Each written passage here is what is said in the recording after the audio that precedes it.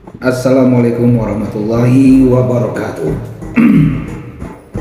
Di sini saya mengajak kita semua, terutama masyarakat Kabupaten Kerinci, Provinsi Jambi, di mana Kabupaten Kerinci ini terbentang dari utara. Kita berbatasan dengan Provinsi Sumatera Barat, yaitu Solo Selatan, Kabupaten Solo Selatan, dari Leterwe hingga ke Muara Hemat, yang berbatasan dengan Kabupaten Bangko, di mana Kabupaten Kerinci ini, setiap daerah di Kabupaten Kerinci, setiap desa, setiap kedepatian memiliki riwayat dan legenda serta sejarahnya masing-masing. Bagaimana asal-usulnya berdirinya suatu wilayah, suatu desa, suatu perkampungan pada zaman dahulu tidak terlepas dari kedatangan dari daerah-daerah lain yang mempengaruhi kehidupan sosial masyarakat di daerah kita. Seperti saya mengambil contoh di Kecamatan Siula yang pada zaman dahulu disebut dengan wilayah Tigoloha Tanah Godong Siula, di mana batang besarnya ini, pokok awalnya ini, dasarnya ini berasal dari 3 kedepatian. Yang pertama Rajo Simpan Bumi di Siula Gedang, Depati Intan di Siula Mukai, dan Depati Mampu Bumi di Siula Panjang. Dari ketiga cikal bakal pemimpin di Tigoloha Tanah Godong Siula ini, beliau berasal dari daerah lain yang hijrah ke Kabupaten Kerinci. Memang sebelum beliau ini tiba sampai di Kabupaten Kerinci, daerah ini telah ada beberapa orang suku asli Kerinci. Ya, memang kenapa pengaruh tersebut ialah yang pertama, visi dan misi para pendatang yang turun ke alam Kerinci ini. Yang pertama, ada misi tersembunyi ingin menjajah. Yang kedua, ingin berniaga atau berdagang. Dan yang ketiga, ingin visi misi keagamaan religi seperti Hindu, Buddha, dan terakhir Islam. Oleh sebab itu, setiap daerah perkampungan, desa yang berada di Kabupaten Kerinci ini memiliki riwayat dan juga tradisi lokal, tradisi masyarakat yang menjadi kearifan lokal kita. Oleh karena itu, pergerusan zaman, kebudayaan yang masuk dari luar cukup sangat tinggi pengaruhnya. Zaman era globalisasi, era digitalisasi saat ini, sehingga tatanan budaya kita akan rusak apabila tidak diketer dan kita menjaga kearifan lokal kita ini, membungkus dengan baik supaya menjadi nilai tambah ataupun nilai tersendiri seni dan budaya, sehingga kebudayaan kita tidak diadopsi oleh bangsa lain, daerah lain, menjadikan kebudayaan mereka.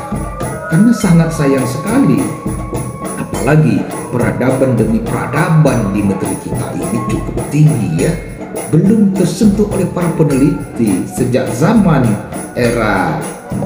batu, egalitikum, neolitikum, dan lain sebagainya. Bangsa kita, rakyat kita, masyarakat kita sudah ada, walaupun dikenal dengan hidup nomaden ataupun hidup berpindah-pindah hingga ke sekarang ini. Oleh karena itu, persebaran makam yang berada di Kabupaten Kerinci, tolong jangan disangkut pautkan dengan tradisi memuja ataupun menyembah makam para leluhur. Yang paling penting di sini ialah kita petik hikmahnya. Yang pertama, ini makam siapa? Leluhur siapa? Dari mana beliau berasal? Apa yang beliau bawa ke alam Kerinci? Siapa keturunannya? Tujuannya tidak lain dan tidak bukan ialah agar kita mengerti, mengenal jiwa kita, diri kita ini berasal dari suku ini, dari peradaban ini. Karena setiap makam yang beredar di Kabupaten Kerinci yang banyak yang terawat dan tidak terawat bukan pada masa yang sama, pada periode sama. Bisa jadi yang di sini pada tahun sekian, yang ternyata yang di sini sebelum Masehi, boleh jadi. Oleh karena itu setidaknya kita mengetahui cerita rakyat, cerita utuh, agar kita mengenal siapakah leluhur kita ini, dari mana dia berasal. Walaupun Ranji dan Tembo yang berada di Kabupaten Kerinci ini banyak yang telah lahir akibat pergerusan zaman, gejolak sosial, dan juga masa kolonial. Oleh karena itu setidaknya kita mengerti ini makam siapa.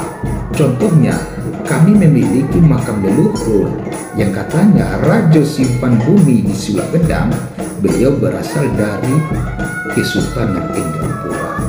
Beliau hijrah ke Sulagedang menghindari agresi Belanda. Maka beliau menikah dan memiliki anak keturunan yang terhimpun dalam Luhah Temenggung Sulagedang. Lain lagi dengan Luhah Serajo, Luhah Jagung di Sulagedang yang berasal dari Koto Meranti Tinggi, Tarutun, hijrah ke utara dan menurunkan generasi dalam Luhah Jagung Merajo Indah, Sungai Langit, Depati Merajo.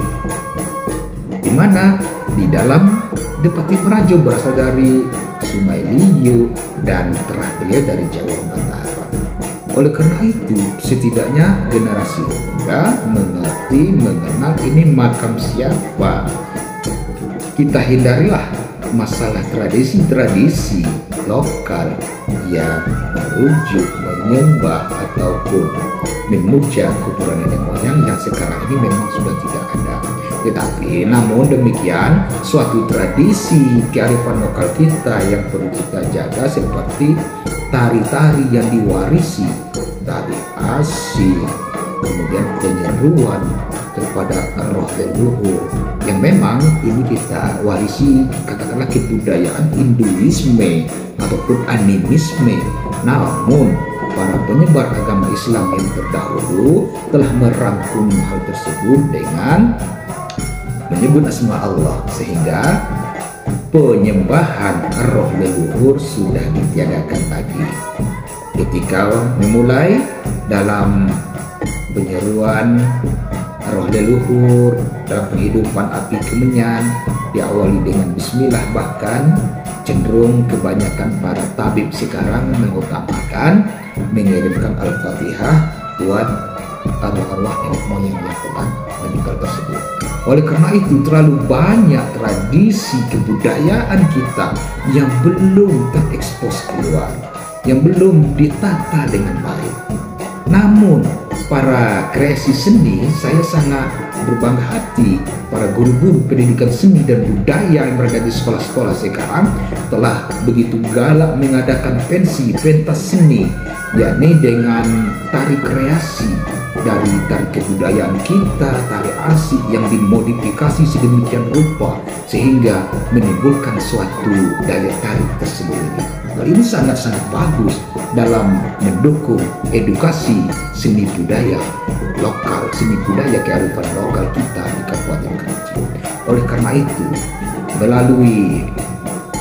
melalui media ini saya mengajak kepada kita semua untuk menjaga kearifan lokal, tentunya dalam tanda kutip jangan dicampur adukan dengan religi dan keagamaan, karena memang suatu daya tarik kita, yakni ketika para pendatang orang luar datang ke Kerinci ingin melihat, menikmati keindahan alam Kabupaten Kerinci yang memiliki destinasi wisata yang banyak.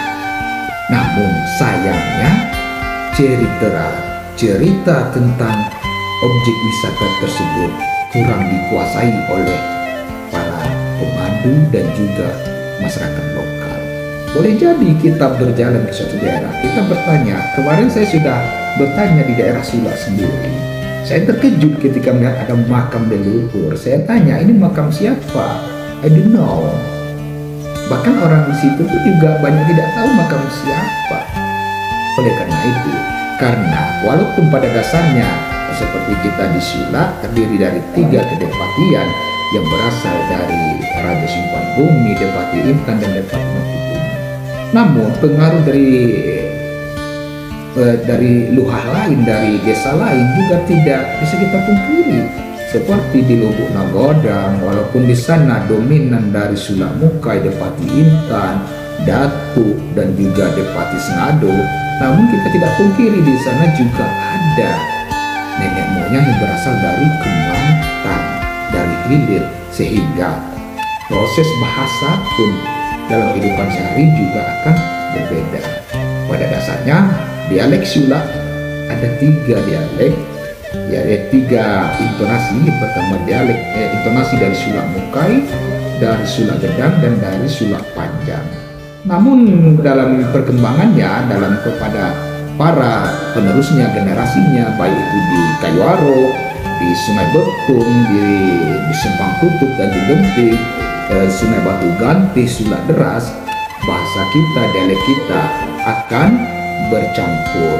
Namun pada prinsipnya bahasa Sula ialah bahasa yang mudah kita mengerti di Kabupaten Kerinci ini. Jadi proses penurunan bahasa, budaya, tari, seni, dan kearifan lokal tradisi lainnya di Sula memang sudah tergerus oleh kemajuan zaman. Tetapi mari kita jaga, kita lestarikan adat budaya kita, tradisi masyarakat kita, sehingga masyarakat lain tidak bisa mengadopsinya dan mengakui bahwa ini milik mereka. Mari kita jaga budaya, salam literasi, dan sampai jumpa pada pertemuan selanjutnya. Wassalamualaikum warahmatullahi wabarakatuh.